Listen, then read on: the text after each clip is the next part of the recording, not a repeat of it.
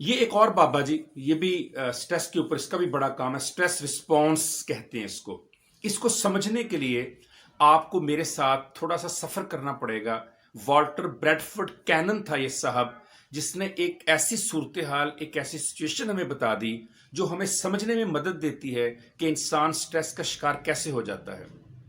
ذرا کچھ لمحے کے لیے اپنی آنکھیں بند کیجئے اور میرے ساتھ ذرا ماضی میں چلیے. کوئی 10-15 ہزار سال پیچھے چلتے ہیں. گھبرائیے مت، میں آپ کو واپس لے آؤں گا، وہاں چھوڑ کر نہیں آتا آپ کو. میں صرف ایک تجربے کے طور پر آپ کو میں شامل کرنا چاہتا ہوں. آنکھیں بند کر کے سوچئے کہ آج سے کوئی 15-20 ہزار سال پہلے جو آپ کے فور فادرز تھے، جو آپ کے بزرگ تھے، وہ کہاں رہتے تھے؟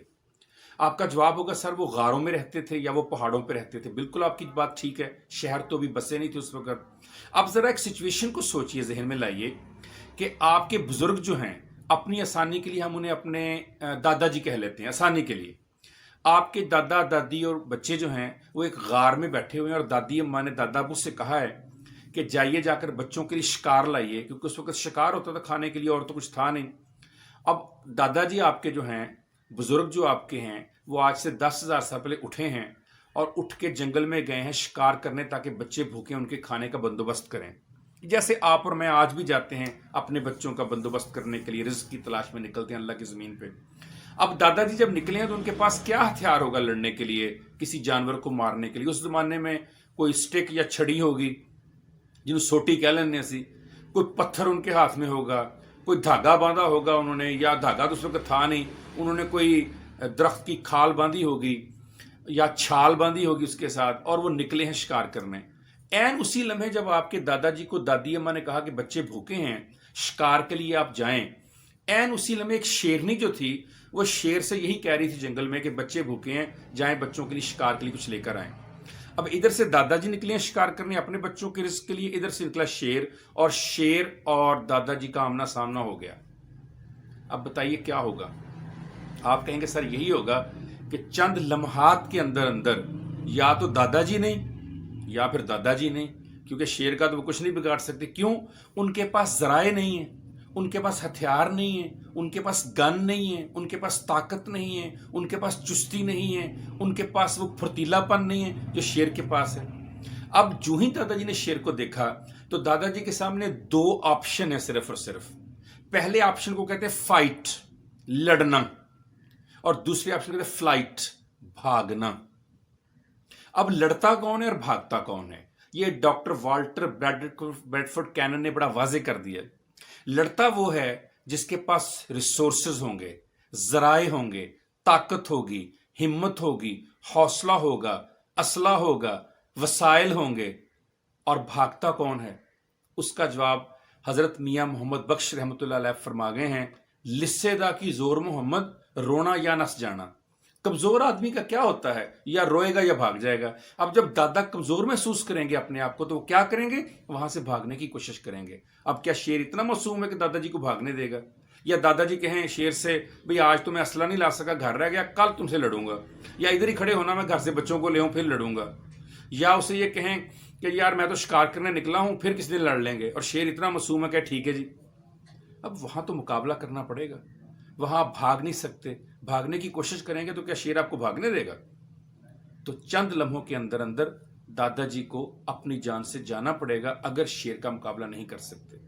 اب ذرا اسی صورتحال کو آنکھیں کھولیے اور آج 6 اپریل 2021 MPDD کی ٹریننگ سیشن میں آئیے اور ذرا سوچئے کہ آج جو ہی یہ ٹریننگ سیشن اختتام پر ہوگا تو آپ کے دروازے کے گیٹ پر ایک بل پڑا ہوگا، اور اس بل میں بجلی کے بل کو جب آپ اٹھائیں گے تو اس میں لکھا ہوگا 3.5 لاکھ روپے کا بل.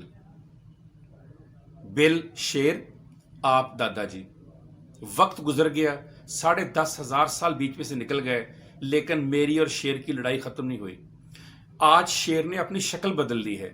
آج شیر کبھی آتا ہے بجلی کے بل کی شکل میں، کبھی پانی کے بل کی شکل میں، کبھی ٹیلی فون کے بل کی شکل میں، کبھی مکان کے کرائے کی شکل میں، کبھی میری بیٹی کی شادی کی شکل میں، کبھی میرے بیٹے کی تعلیم حاصل کرنے کی شکل میں، کبھی میرے والد کی بیماری کی شکل میں، کبھی میری امی کے حج کرنے کی خواہش میں، کبھی مجھے موٹر سائیکل چاہیے، کبھی مجھے گاڑی چاہیے، کبھی مجھے اپنا گھر چاہیے، کبھی مجھے پیسہ چاہیے.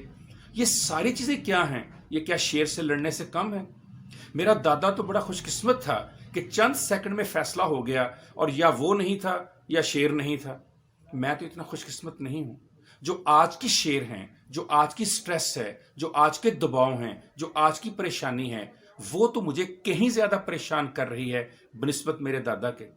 دادا کو تو ایک ہی وار میں شیر نے مار دیا، لیکن جو شیر میرے خلاف کام کر رہے ہیں وہ مجھے ہر روز آہستہ آہستہ تھوڑا تھوڑا مارتے چلے جا رہے ہیں.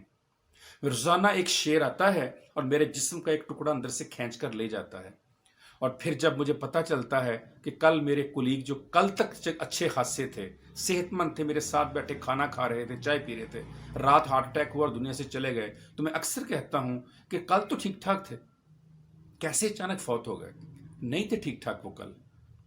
وہ اس لیے ٹھیک ٹھاک نہیں تھے کہ ان کو اندر ہی اندر یہ جتنے مسائل میں نے گنوائے ہیں، جتنے میں نے ایشوز بتائے ہیں، ان کے شیر اندر ہی اندر ان سے کھا رہے تھے. ایک ٹکڑا بچا تھا جسے دل کہتے تھے. رات اس دل کے اوپر بھی آخری حملہ شیر نے کیا جب بچوں نے کہا ابو آپ نے ہمارے لیے کیا کیا ہے آج کل؟ ابو آپ نے پوری زندگی گزار دی، آپ نے ہمارے لیے کیا کیا؟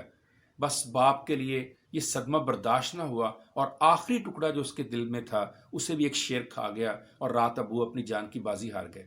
ہمیں پتہ ہی نہیں چلتا کب اندر کے شیر، اندر کے دکھ، اندر کی پریشانیاں، اندر کے ایموشنز، اندر کی خواہشیں ہمیں اندر ہی اندر مارتی چلی جاتی ہیں.